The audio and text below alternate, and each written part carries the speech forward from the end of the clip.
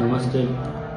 जसे जसे गणपती स्थापनेचे दिवस जवळ येतात, आपल्या मनामध्ये विविध प्रकारच्या शंका कुशंका तयार होतात. आमच्या घरामध्ये महिला प्रेग्नेंट आहे, तर मग गणपती बसवायला पाहिजे की नाही, किंवा एखाद्या मंदिरामध्ये किंवा एखाद्या मंडळामध्ये गणपती बसून मग तो आम्ही विसर्जन करू का, किंवा आमच्या घरामध्ये मग 1 वर्ष गणपती स्थापना करून ठेवू का.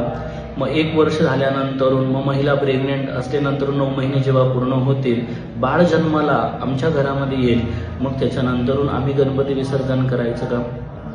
अशा विविध प्रकारच्या शंका कुशंका प्रत्येक वर्षी आपल्याकडे येत असतात. तर मी आपल्याला सांगेल की गणपती बसवण्याचा आणि महिला ज्या प्रेग्नेंट आहे त्याचा काही संबंध नाही. आपण गणपती बसवू शकता आणि 10व्या दिवशी गणपती विसर्जन करू शकता.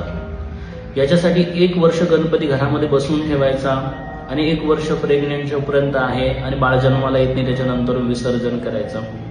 जर असं आपण काहीतरी करणार असेल तर ते नक्कीच काहीतरी चुकीचं ठरेल.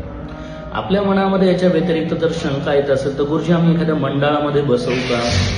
तुम्हाला वाटत असेल तर एखाद्या मंडळामध्ये तुम्ही गणपती बसवू शकता.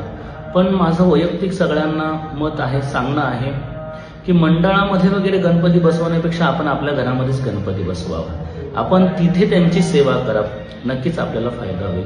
आणि गणपती घरामध्ये बसवून विसर्जन केल्यामुळे तुम्हाला काहीतरी अनिष्ट प्राप्त होईल असं कधीही काही होत नाही. भगवंत कधीही कोणाचं काही वाईट करत नाही. त्यामुळे गणपती बसवण्यासाठी आपल्याला कुठल्या प्रकारची अडचण नाही आणि 10व्या दिवशी विसर्जन करण्यासाठी सुद्धा कुठल्याही प्रकारची अडचण नाही. अधिक माहितीसाठी श्री रेणुका ज्योतिष कार्यालय, पंडित हिरण्य जोशी, नाशिक, त्र्यंबकेश्वर.